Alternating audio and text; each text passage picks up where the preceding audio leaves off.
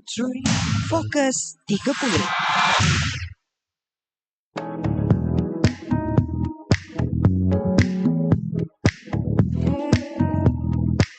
Assalamualaikum, salam Malaysia Madani. Terima kasih kepada anda terus setia bersama-sama kami. Saya Ziana Nasir. Ya, dan saya Natasha Aimi. Dan waktu ini kita bawakan bersama-sama dengan anda program Fokus 30 dan topik yang diangkatkan cukup-cukup menarik sebenarnya. Ya. Kan, dan saya rasa ramai di kalangan para graduan contohnya. Kan ya, ataupun mungkin mereka yang telah pun bekerja terfikir untuk sambung belajar. Tak ada masalah. Tak ada masalah sebab apa, memang sesuai sangat kita buka ruangan ini dengan topik sambung master atau terus kerja, ke mana arah graduan Malaysia. Satu persoalan kat situ. Ya, tepat sekali. Jadi untuk kita bawakan topik ini untuk kita diskuskan bersama-sama ataupun bincangkan bersama, kita bawakan Profesor Madya Teknologis Dr. Muhammad Fatih Abu Yaziz yang merupakan pensyarah di Arsyad Ayub Graduate Business School AAGBS dari UiTM. Assalamualaikum, Doktor. Waalaikumsalam. Terima kasih atas undangan. Baik, sama-sama Doktor. Okey, bila sebut tentang sambung belajar ni memang menjadi impian juga kan. Cuma betul? ada beberapa orang kata kekangan. Biasalah, manusia kan suka mencipta pelbagai juga alasan macam tu kan. Okey, sebelum kita pergi lebih jauh lah, kita nak tahu juga yang pertamanya, pada pendapat doktor sendiri, mengapa isu sambung masters versus kerja ni menjadi perdebatan hangat setiap kali musim convocation? Kenapa ya? Okey. Terima kasih atas soalan tu lah. Okey, sebenarnya benda ni satu soalan yang kita kata tidak akan luput lah. Ya. Lagi-lagi dah sekarang ni kita kata kalau dalam pasca istiazah ni pelajar baru habis pengajian. Jadi soalan yang selalu, bahkan kalau kita tanya even anak-anak kita sendiri pun, nak sambung pula lepas ni. Kita akan tanya, lepas ni sambung lagi ke? Kan. Satu soalan selalunya kita tengok pada keadaan semasa lah. Kerana kata-kata kalau dulu, kalau kita rasa mungkin zaman ibu ayah kita tu sekadar kita kata first degree tu mencukupi.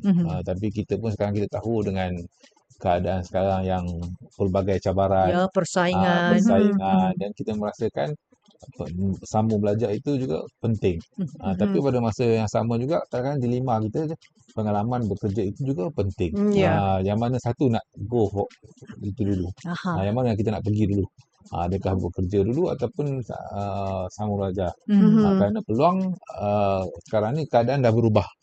Kalau 20 tahun dahulu mungkin kita kata peluang kerja itu banyak kan, sambung belajar itu sukar. Tapi sekarang ni terbalik. Sambung belajar itu banyak. Kerajaan berjaya lah mewujudkan situasi di mana kita ada universiti awam, kita ada universiti swasta, kita boleh sambung pengajian. Cuma pada kadar yuran-yuran yang berbeza lah. Mungkin peluang kerja itu dengan cabaran dunia hari ini agak limited. Ini yang jadi dilema ni. Kadang-kadang bukan kata pada mahasiswa yang baru bergraduat, malah ibu apa pun kadang-kadang tertanya, patut ke anak aku sambung belajar? Nak sambung ke nak bagi kerja, cari jadi pengalaman itu pun, dulu, ada duit sendiri dulu jadi, ke kan? keadaan kita yang sangat kompleks lah sekarang ni. Tapi bagi saya sebagai seorang akademik, both pun penting. Kita perlu stabilkan kedua-duanya. Lagi dilema ni. Lagi dilema sekarang doktor. Kedua-duanya penting ni. Pengalaman itu penting. Sambung belajar itu juga penting. Especially dalam dunia hari ini. Kerana dalam dunia hari ini, kalau kita bila kita cakap sambung belajar ni, it's not just about the knowledge yang dia akan dapat, ilmu yang dia akan dapat. Tapi proses pembelajaran itu juga. Macam kita tengok dalam konteks mahasiswa habis ijazah pertama, adakah dia nak kedua kepada sarjana dan juga kepada PhD ataupun DBA, tingkat kedoktoran. Itu sijil itu adalah sijil, ilmu adalah ilmu yang akan diperoleh. Tapi prosesnya itu akan membentuk mahasiswa itu menjadi seorang yang lebih baik lah. Seorang yang lebih baik. Okey. Baik. Saya suka kan bila doktor menyebut situasi hari ini yang lebih kompleks. Kan. Dulu orang kata belajar mesti ambil SPM. Tak ambil SPM nanti tak tahu jadi orang ke jadi tak. Dulu betul kan. Doktor kan, lepas tu sampai satu masa mesti kita kena ada diploma. Sampai satu masa kita dengar kalau belajar sampai diploma je belum tentu ada kerja. Kena ada degree. Sambung ambil ijazah sarjana muda kan. Sampailah ke tahap sekarang ini, okey, maksudnya semua pelajar-pelajar kita ni mesti dah sekurang-kurangnya at least lah ada master katanya. Tetapi itulah dia tadi, bila keadaan tu semakin kompleks kan doktor, banyak cabaran. Salah satunya mungkin ada yang ambil keputusan nak timba pengalaman dulu. kan. Satu lagi tentang kos belajar pun bukan percuma, nak kena bayar juga kan. Ya, jadi kita nak tahu, benarkah hari ini tanggapan yang mengatakan bahawa disebabkan terlalu banyaknya lambakan pelajar-pelajar daripada ijazah sarjana muda ini, jadi bila seseorang tu ada master, ada sarjana, dia akan selamat lah. Maksudnya bila ada master ni dilihat sebagai penyelamat daripada masalah pengangguran yang ada di dalam negara. Bagaimana situasinya, Doktor? Okey, bagi saya tanggapan ni adalah satu benda yang kurang tepat lah dalam dunia hari ini. Dalam dunia hari ini bila kita bercakap tentang persaingan itu, yes, pengajian di peringkat sarjana dan juga kedoktoran itu memberi kelebihan. Tapi bagi saya, bagi bercakap ni proses pembelajaran itu membentuk you macam mana. Membentuk anda macam mana. Bila kita cakap tentang pengalaman kerja, itu sebahagian daripada itulah. Okey. Tapi bila kita nak membuat tanggapan dengan segi master dan itu penyelamat daripada pengangguran ke daripada masalah itu, bukanlah satu tindakan yang tepat. Kita faham. Maknanya bukan jaminan. Bukan jaminan. Okey. Tapi kita kena faham proses menimba ilmu itu. Proses apa yang you lalui sebagai pelajar itu membentuk you sebagai mahasiswa, membentuk you sebagai pekerja yang macam mana. Kan, sebagai graduan. Jadi bila kita cakap, tapi begitulah dalam dunia hari ini, bila kita kata kalau you pergi bekerja, you memilih option bekerja, dia tidak menutup peluang you untuk belajar. Itu satu perkara yang kita realise, peluang yang ada di negara kita. Dan institusi-institusi macam saya daripada UiTM sendiri, kita menawarkan pengajian yang agak fleksibel. Kalau you bekerja, you boleh pilih option untuk kelas malam, you boleh pilih option untuk kelas weekend. Dan institusi lain pun saya rasa ada pro and cons dia lah. Jadi bila bagi saya, untuk mengatakan dia adalah satu sejalan untuk dari pengangguran, tidak juga. Tapi begitu juga bila kita kata kalau you dah bekerja sekalipun, proses itu sepatutnya membentuk you menjadi pekerja yang lebih baik. Dari segi membuat keputusan, dari segi kendiri you. Maksudnya lebih matang lagi lebih Doktor. matang lah. Sepatutnya proses itu membentuk you menjadi pekerja yang macam tu lah. Jadi bagi saya, untuk lari daripada pengangguran itu tidak tepat, tapi dia menjadikan you lebih berdaya saing sebenarnya. Itu yang kita look into dalam proses menyambung pengajian ni sebenarnya. Baik, faham. Apa saja pilihan kita, nak terus sambung belajar atau terus bekerja, itu merupakan proses kita belajar, proses pembelajaran dalam kehidupan ini. Okey, sekarang nak lihat kepada pro dan kontra. Kita nak bincang tentang terus kerja ni, Doktor. Apa lebihnya dalam konteks ekonomi Malaysia sekarang kalau kita terus kerja? Okey, bagi mahasiswa yang memilih untuk terus bekerja ni, adalah pro and cons dia juga. Yang pertama, kita kesedar dalam realiti masyarakat kita ni, peratus yang besar pelajar yang bergraduat ni, dia bergraduat dengan hutang. Hutang belajar, hutang tak kira sama ada PTPTN ataupun hutang lain lah yang perlu dijelaskan. Jadi bila dia pergi bekerja ni, dia boleh selesaikan hutang tu lebih cepat lah. Cash flow dia lebih baik lah. Namun begitu, kita melihat juga orang yang betul kerja ni, dia akan dapat pendedahan yang lebih awal. Exposure ke alam pekerjaan. Ilmu, kalau kita kata dalam dia apa yang dia belajar di universiti adalah ilmu teori, aplikasinya itu nampak lebih detail. Dia di sini enhance diri dia, tambah baik lagi diri dia.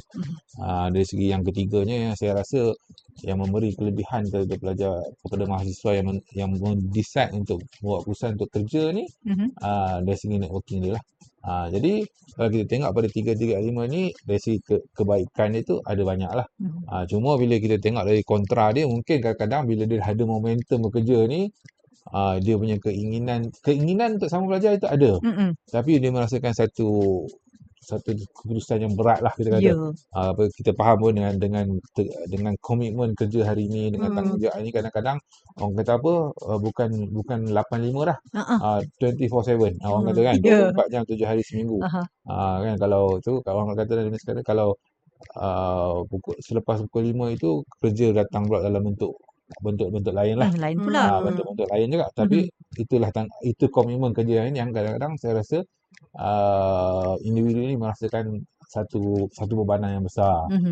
Namun begitu, saya rasa ramai juga, pasal kami di ITM, kami punya pelatihan tinggi juga pelajar yang berbelajar sambil bekerja. Mhm. Malah ada juga individu yang daripada pos-pos yang agak tinggi, baik kerajaan ataupun swasta yang menyambung pengajian. Mhm. Malah kita ada warga emas yang sama juga pelajar di kedoktoran. Ya. Yang saya kadang-kadang kita merasakan saya sebagai pensyarah kata dia lagi semangat daripada aku sebenarnya. Betul. Kan. So perkara-perkara ini sebenarnya terus kerja itu mempunyai kebaikan dia. Mhm. Kan. Tapi pada masa yang sama dalam dunia yang kompleks hari ini ni, pekerja itu, mahasiswa itu perlulah memikirkan dalam bahasa yang mudah bagaimana nak menambah baik. Mhm. Menambah baik. Lagi-lagilah dalam dunia yang sekarang banyak ilmu-ilmu baru yang datang yang kadang-kadang kita pun ada ada tak sempat nak kejar betul, tak terkejar kan. Jadi namun proses menambah ilmu itu perlu adalah. Ya. Perlu ada sentiasa kan, secara formal ataupun tak informal lah. Tapi dalam konteks hari ini kita melihat kepada pembelajaran di universiti itu sendiri lah. Jadi di peringkat ke master dan juga kedoktoran itu agak krusial juga pada dunia hari ini. Kerana persaingan sengit. Betul. Kadang-kadang bila majikan melihat dari segi kenaikan pangkat pun pasal dua-dua calon-calon dah bagus. Jadi terpaksalah tengok kepada perkara-perkara elemen-elemen seperti ini untuk dipertimbangkan. Betul. Jadi itu saya rasa antara kelebihan bila mahasiswa memilih untuk terus bekerja lah. Tapi walaupun bekerja, saya rasa dia tidak menutup option-option yang ada. Betul. Dan saya rasa itu satu benda yang kerajaan kita sangat-sangat berjaya lah. Maksudnya mewujudkan peluang pendidikan tu. Baik daripada peringkat bawah sehingga lah peringkat kedoktoran itu. Okey. Baik, dan cerita juga peluang pendidikan disediakan oleh kerajaan. Memang kita tahu itu adalah yang terbaik pendidikan di dalam negara ini kan. Tetapi bila cerita tentang sambung master, saya rasa kalau dulu kita lihat kan peringkat sijil, sambung pergi diploma, pergi ke ijazah sarjana muda kan, degree. Ini biasa. Seorang pelajar tu bila BSPM straight ambil terus. Maksudnya tak adalah nak kena kerja dekat tengah-tengah dan sebagainya. Okey, lain pula berlaku bila kita masuk fasa untuk melanjutkan lagi pelajaran kita, okey, ke peringkat master ataupun PhD. Jadi kita nak tahu sebenarnya siapa kan insan-insan yang amatlah disarankan untuk menyambung ke peringkat sarjana ini. Kan, adakah pelajar itu bila habis je degree sarjana muda sebaik-baiknya teruslah sambung master. Mudah kan, orang kata tak pegang duit lagi. Jadi fokus belajar tu lebih tinggi kan. Tapi ada yang kata tak apa, kerja lagi bagus sebab nanti bila ambil master banyak sangat nanti kita punya pelajaran tu kita boleh masukkan sekali pengalaman bekerja kan ya. Ataupun siapa sebenarnya yang amat disarankan untuk memilih jalan menyambung ambil master ni, doktor? Okey, untuk soalan ni sebenarnya bila kita tanya siapa ni, sebenarnya kalau diikutkan dari segi falsafah pendidikan itu, pendidikan sepanjang hayat itu sebenarnya tidak ada siapa yang terkecuali. Untuk semua tak ada siapa yang terkecuali lah. Cuma bila kita cakap ni, bila kita menyambut bercerita tentang pengajian di peringkat persarjana dan kedoktoran ini, ada golongan pelajar yang menyambung pengajian betul-betul for the purpose of ilmu itu. Sebagai contoh, kita kadang-kadang kita tengok especially kalau macam saya daripada graduate business school, sekolah pasca sarjana perniagaan, kita ada pelajar-pelajar daripada bidang yang bukan perniagaan, yang juga engineer, pakar IT-nya, yang mungkin dalam kerjanya dia sudah mula meningkat, naik pangkat ke peringkat pengurusan managerial. Jadi mereka mulakan ilmu ni naik tambah. Jadi ini mungkin salah satu orang yang sangat sesuai. Sangat sesuai. Cuma mereka ada ilmu praktikal dicampur ditambah baik dengan ilmu teori. Itu menjadikan, bagi saya cakap ini, menambah baik dirinya sebagai seorang individu. Yang keduanya kita tengok, kalau kata pada graduan yang baru habis pengajian, ke mana arah tuju dia, kerja ke sama, apa basic, secara asasnya persoalan kita kena tanya apa perancangan dia. Mungkin dia dah bercita-cita nak menceburi bidang akademik, seperti saya kan. Itu jadi dalam keperluan akademik hari ini memang seorang pensyarah itu memerlukan kedoktoran. Kan untuk bekerja untuk servis pada kerajaan Malaysia ni, Ya. kita perlukan itu. Mungkin dia perlu melalui proses-proses inilah. Jadi bila dia sama peringkat sarjana, dia peringkat cuma bidang. Dan di peringkat universiti pun, walaupun pelajar-pelajar ini kita kata tidak ada pengalaman bekerja, namun kita ada program-program yang mendedahkan syarat-syarat ini kepada sangkutan industri Ya. supaya mendapat gambaran yang lebih baik lah. Jadi yang lainnya saya rasa proses dalam career seseorang. Bagi kita bila dia bertukar ke bidang pengurusan, kadang-kadang dia pakar IT, kadang dia kena naik ke ketua jabatan, dia so ilmu pengurusan itu ada. Jadi kadang-kadang dia menyambung pengajian sarjana dan kedoktoran itu dalam bidang yang lebih kepada arah careernya. Walaupun dia sebelum ini di bidang IT, bidang engineering. Jadi kalau kita nak tanya siapa yang patut memilih jalan untuk belajar ni, sambung belajar ni di peringkat master ataupun kedoktoran ni, kita tidak ada satu pun terkecuali. Kalau kita mengambil konsep pembelajaran sepanjang hayat tu, siapa-siapa boleh. Malah kalau kita tengok pada trend hari ini, bukan kata mahasiswa yang muda ini, mahasiswa yang berusia dah bekerja 20 tahun pun masih lagi berminat, kerana mereka ada ilmu yang berbagai nak dikongsi bersama kan. Jadi saya rasa tidak ada siapa yang terkecuali. Ya, okey, tidak terhad. Dan satu lagi perkara bila kita sebut tentang sambung belajar dan sebagainya, bila habis belajar, kita mengimpikan kerja yang baik untuk kita dan ada tangga gaji mengikut kelayakan kita kan, doktor. Jadi ada mitos mengatakan kalau kita ada master, gaji kita ni jauh lebih tinggi. Adakah itu kebenaran ataupun tidak sebenarnya? Kalau dalam sektor kerajaan, mungkin ada kebenaran lah. Pasal kita dibayar, kerajaan ni dia ada polisi, dia ada guideline kan, dia ada skim-skim dia. Dan skim-skim telah meletakkan sebenarnya sekurang-kurangnya sarjana, sekurang-kurangnya PhD kan. Namun begitu, kalau kita tengok dalam dunia akademik. Kalau dalam sektor kerajaan pun, kalau dunia pengurusan pentadbiran tu, kalau you adalah pegawai pentadbir, dia dah ada grade-grade yang tertentu lah. Namun begitu, kalau dalam sektor swasta pula, banyak aspek yang dilihat lah, bukan sekadar master ataupun PhD atau kedoktoran ini. Yang penting kompetensi pegawai itu sendirilah. Kan, tapi bukanlah saya mengatakan dalam sektor kerajaan itu tidak melihat kepada kompetensi. Namun sektor kerajaan sekarang pun kita melihat dengan perubahan skim apa semua, kita melihat pada kompetensi. Cuma they have to come with a scheme lah. Jadi kalau saya nak mengatakan gaji itu dipengaruhi oleh kelulusan yang kita ada itu, tak berapa tepat lah saya nak katakan. It doesn't fit all lah. Dia tidak terpakai untuk ke semua industri lah. Mungkin ada industri yang melihat kepada sijil, mungkin ada industri yang melihat kepada pengalaman, kompetensi dan pencapaian yang ada. Cuma bila saya cakap tadi, tujuan untuk menyambung pembelajaran tu adalah kalau untuk kenaikan gaji, saya rasa itu satu mitos lah sebenarnya. Satu kesilapan lah Satu maksudnya. kesilapan sebenarnya.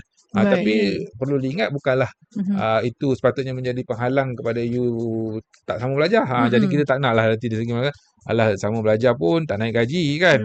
Tapi kita kena faham proses yang dia dilalui sebagai mahasiswa itu akan menjadikan dia lebih baik sebenarnya. Itu sebenarnya objektif utama pendidikan sebenarnya. Dia akan jadi lebih baik dari segi diri dia, dari segi interaksi dia kepada orang lain kan. Kadang-kadang kita tengok ada orang daripada bidang tertentu, komunikasi dia kurang. Dengan sambung belajar, dia perlu datang kelas, dia perlu komunikasi, perlu bincang, komunikasi dia menjadi lebih baik. Itu sebenarnya tujuan utama pembelajaran itu berlaku sebenarnya. Maknanya akan ada skill yang mungkin kalau tak sambung belajar tu tak ada, sukar sedikit. Jadi ada pentingnya, ada lebihnya kalau kita sambung belajar ni. Bukan sekadar untuk semata-mata sebab gaji ke apa semata-mata.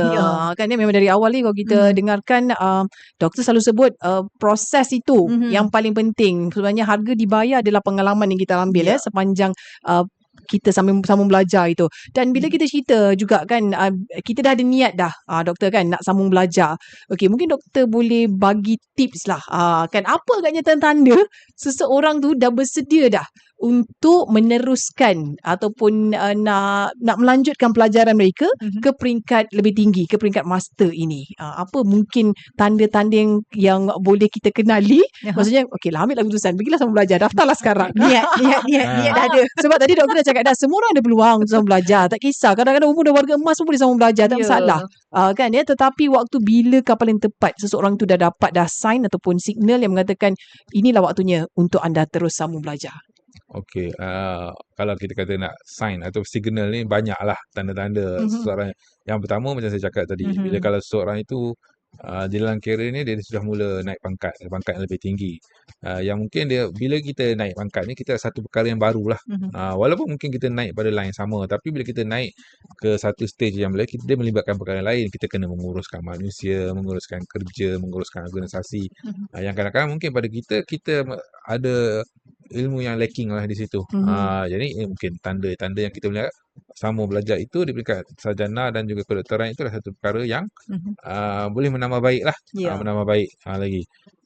Yang keduanya kalau kita tengok dalam realiti yang kompleks hari ini, gap mahasiswa yang habis sarjana muda itu untuk mendapatkan pekerjaan. Kadang-kadang ya ini melibatkan rezeki jugalah kan. Kadang-kadang orang hari ni dia habis, esok dia dapat kerja.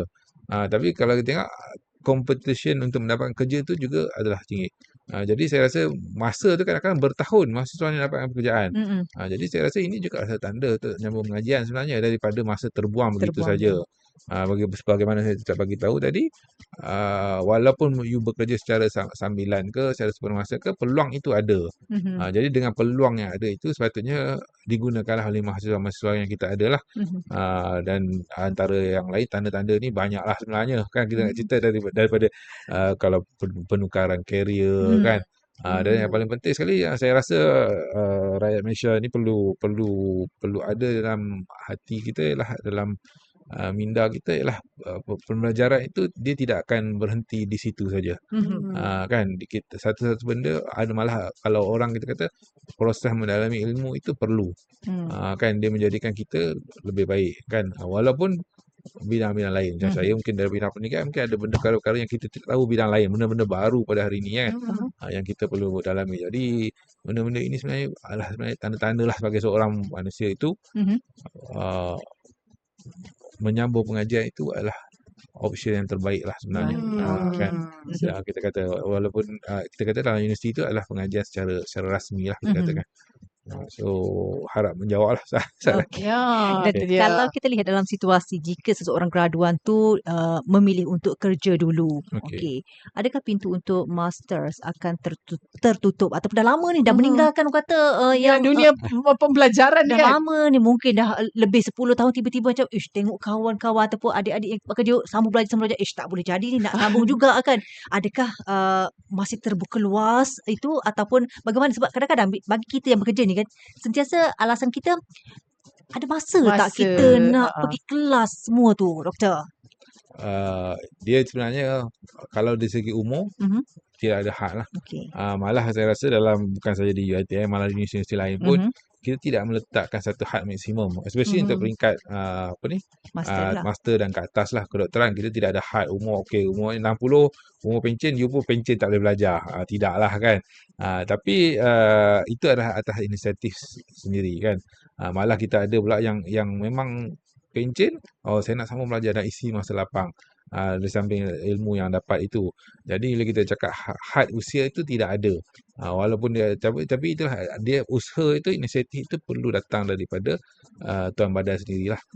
Dan bila kata-kata masa itu kita perlu tahulah yang sebenarnya setiap manusia ni kita diberikan 24 jam lah. Tapi itulah bila kita kata pengurusan masa itu. Pengurusan masa itu adalah sebahagian daripada proses pembelajaran yang menjadikan manusia itu lebih baik. Kadang-kadang macam tadi kalau kita ambil konteks yang berusia tu, dia mungkin dah ada pengalaman yang banyak kan, pengurusan banyak. Cuma bila dia masuk dalam dunia akademik ni, kalau dia kedoktoran ni, cara akademik lah, kan cara ni. Kadang-kadang bila kita berhadapan dengan individu yang berpengalaman tinggi ni, dia ilmu praktikal dia sangat tinggi. Kan, tapi kadang-kadang dia perlu diselarikanlah juga dengan ilmu teori dia. Jadi kita lihat tidak ada satu had umur lah sebenarnya bila manusia, individu itu nak menyambung pengajian. Bagi saya tidak ada satu halangan lah. Kerana kalau sekarang tengok kadang-kadang umur 80 pun dia masih bersemangat Betul. untuk dia ke universiti. Jadi proses menyambung pengajian tu saya rasa tidak ada satu had umur. Malah kalau kita tengok dalam konteks negara kita ini, warga-warga emas yang bukanlah menyambung pengajian universiti, yang duduk mendapat pendidikan secara informal kan, di pusat ibadah ke apa tu pun banyak kan. Kadang benda-benda ini semua banyak juga institusi yang dah formaliskan benda ini menjadi satu pendidikan yang formal sebenarnya. Jadi saya rasa untuk had umur tu tidak adalah bab kata orang tepuk dada tanya selera lah kan. Pasal had umur tu, ilmu itu tidak menjurus kepada satu bidang saja kan. Jadi saya rasa peluang itu sentiasa terbuka lah Yang kepada tengah bekerja? yang tengah bekerja. Bagi saya lagilah bagus. Kerana apa? Walaupun kekangan kerja itu satu pembahagian masa dia perlu manage lah. Yang kedua, yang bila kita faham bila menyambung pengajian tinggi ni melibatkan kos pengurusan kewangan dia. Tapi dia kata bila dia tengah bekerja ni dia berada dalam network yang dia boleh mendapatkan maklumat yang lebih mudah. Dia nak share lebih mudah. Maksudnya dia kalau dia ke kelas, dia balik ada benda-benda baru. Yang kadang-kadang mungkin dia dah praktik, dia tak sedar pun ada kan. Jadi dia berada dalam network yang masih bekerja lah, yang aktif apa semua kan. Jadi kita kata motivation lah, motivasi antara satu sama lain lah. Jadi tidak ada kita kata kalau dia dah bekerja 10 tahun, 20 tahun, bagi saya itu tidak menghalang sebenarnya. Tapi sebenarnya dia bagi saya dia menambah baik diri dia. Pasal apa? Bila dia belajar itu dia akan nampak kata, oh yang ni lah yang bos aku suruh buat hari-hari itu sebenarnya. Baru nampak. Baru nampak. Sebenarnya mungkin ada je pendidikan itu di sekolah di universiti yang kita dah ketengahkan kan. Cuma kita apply dia tu. Itu cabaran hari ni sebenarnya di peringkat universiti. Kami bila kita memberi ilmu tu, pelajar nampak tak aplikasi dia dalam dunia sebenarnya. Jadi saya rasa kalau dia bekerja lagi memberi, dia nampak dengan lebih jelas kerja-kerja dia setiap hari tu. Okey. Baik, okey, dan juga melalui apa tadi yang doktor sentuh tadi kan ya. Kadang-kadang bila cerita pasal cabaran tu lah kan doktor, nak memenuhi permintaan industri itu cukup mencabar. Ada juga nanti tu keluar ayat kata, tengok kelulusan tinggi dah, pengalaman tak ada pula. Jadi pada hemat doktor sendirilah kan, hari ini apa sebenarnya kemahiran ataupun skill-skill yang diperlukan dalam pasaran di Malaysia ni doktor? Okey, kalau kita dah ambil dalam konteks negara kita ni, yang pertama sekali yang bagi saya yang paling penting lah, bahkan kalau kita nak kata pelajar sarjana muda, pelajar sarjana ke, pelajar kedoktoran ke, perkara yang paling ni soft skill dia lah.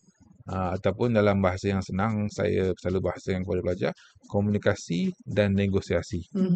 Itulah dua perkara asas penting sebagai seorang individu di negara kita ni. You bergraduate macam mana pun, you kena kuasai benda ni. Tapi dia tidaklah boleh kuasai dalam masa satu hari. Komunikasi ni, kan kalau kita tengok pula dalam dunia hari ni dengan Gen Z, Gen apa pun dah, kita pun kadang lost track dah kan. Betul. Kita membicarakan tentang Gen Z ni dengan karakter macam ni, karakter macam ni.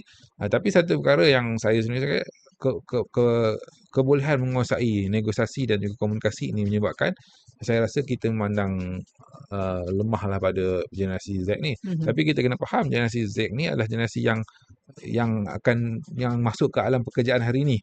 Kita sebagai bos kita pun kita kena faham keadaan sekarang hari ni, kita tak boleh dah bagi arahan orang ikut. Kan kita Gen Z ni orang kata dia akan tanya kenapa. Tapi itulah bila kita kata tanya itu tak masalah. Bagaimana cara you bertanya? Mungkin ini soft skill yang saya rasa para graduan itu perlu kuasai. Komunikasi dan negosiasi. Bagaimana dia nak interaksi dengan bos dia? Bagaimana nak interaksi sekerja?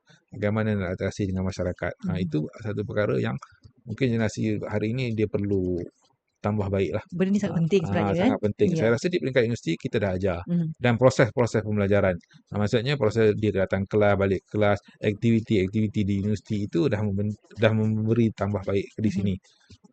Dan yang saya rasa perkara-perkara lain yang mahasiswa yang perlu ambil tahu, perkara-perkara yang terkini lah. Masa sekarang kita dunia AI lah, kita kata everything adalah semuanya adalah AI. Kan orang kata apa, tahu guna tak tahu guna saja. Jadi ini ilmu-ilmu yang saya rasa bukan saja mahasiswa, malah kita ini kalau kita tak sambung pengajian secara formal pun ada ilmu-ilmu yang kita perlu tambah lah. AI, ilmu analytical. Kadang-kadang dunia sekarang kita kata data ada di mana-mana. Bagaimana kita menganalisa data itu supaya menjadi satu benda yang terbaik lah untuk kita. Itu satu perkara yang saya rasa mahasiswa perlu dan juga individu itu perlu mempelajari lebih lagi lah. Dan kadang-kadang perkara-perkara ini macam kita kata AI lah, mungkin di universiti itu tak diketengahkan secara mendalam. Jadi perlulah dia ada usaha-usaha tambahan lah untuk menambah ilmu-ilmu ini sebenarnya. Okey. Bagi kita sikit saja masa lagi, Doktor. Apa pesanan Doktor kepada graduan yang sedang mendengar waktu ini, sedang menonton juga mungkin menerusi live Facebook dan sebagainya, ataupun yang masih lagi buntu ni? Apa yang nak dititipkan kepada mereka? Okey, kalau dalam konteks kita hari ini kita bercerita tentang pelajar sarjana dan kedoktoran lah. Kita kata kalau yang dah masuk dalam perjalanan tu, cuma nasihat saya jangan berputus asa lah. Kerana itu adalah proses yang menjadikan you lebih baik. Apa sahaja feedback yang diterima, itu adalah proses kedoktoran. Itu adalah proses meningkat sarjana. Sebab tu dia diberi nama sarjana. Sebab tu dia beri nama kedoktoran. Bagi dia pastilah cabaran dia terselaras lah dengan apa yang kita cita-citakan, apa yang kita impi. Apakah niat awal semasa kita nak masuk dalam peringkat sarjana tu kan. Itulah niat kita sebenarnya. Jadi dia datang dengan cabaran. Kan, jadi jangan berputus asa lah. Anggaplah itu sebagai satu proses yang akan mematangkan kita. Bagi yang masih tercari-cari itu, bagi saya menyambung pengajian tu adalah option yang terbaik sebenarnya. Kerana option yang terbaik kerana apa? Kita kalau balik pada konteks kita sebagai orang Islam itu, untuk ilmu itu adalah perkara yang perlu, yang wajib kan. Dituntut Jadi jangan sangat-sangat dituntut. Jadi ilmu itu boleh datang dalam pelbagai bentuk. Jadi daripada kita dalam masih tercari-cari apa-apa, kita tahu ilmu itu boleh diperolehi. Dan itu dan saya rasa di dalam konteks negara kita ni, platformnya dah pelbagai. Kan, pelbagai dari secara rasminya, secara tak rasminya, secara online-nya berbagai. Jadi kita kata tidak ada dalam konteks saya merasakan, saya beritahu kepada masyarakat, tidak ada alasan untuk you tidak belajar pada hari ini. Kerana dengan kemudahan yang ada tu, kalau dulu orang kata tak belajar, kenapa? Sekarang ni orang kena belajar. Kenapa berhenti belajar? Kan, proses itu ada. Jadi saya rasa kalau untuk cari-cari itu, saya menyambung pengajian itu adalah option yang terbaik sebenarnya. Baik, okey, itu dia. Option yang terbaik. Tak ada alasan untuk tidak sambung belajar. Proses tambah ilmu itu perlu ada. Tepat sekali ya. Jadi dilema sama ada nak sambung pengajian ke peringkat sarjana ataupun terus memasuki alam pekerjaan bukanlah keputusan yang ataupun adalah merupakan satu jawapan yang mutlak. Yang paling penting sekali adalah graduan Malaysia ni perlu membuat keputusan berdasarkan perancangan masa depan. Ya, bukan sekadar mengikut trend ataupun tekanan daripada keadaan sekeliling itu sendiri. Okey, apa pun kita nak ucapkan terima kasih kepada Profesor Madya Teknologis Dr. Muhammad Fatih Abu Yaziz, pensyarah di Arsyad Ayub Graduate Business School AAGBS UiTM, kerana berkongsi satu perkara yang sangat penting. Mungkin anda rasa dilema sebelum ni, dah dengar penjelasan, rasanya lebih terbuka luas lagi lah dari segi pemikiran dan juga impian anda semoga berjaya untuk terus menyambung pengajian ke peringkat seterusnya. Tepat sekali. Baik, terima kasih sekali Doktor kerana bersama dengan kami. Terus setia dengarkan kami hanya di Bernama Radio. Untuk anda. Fokus 30.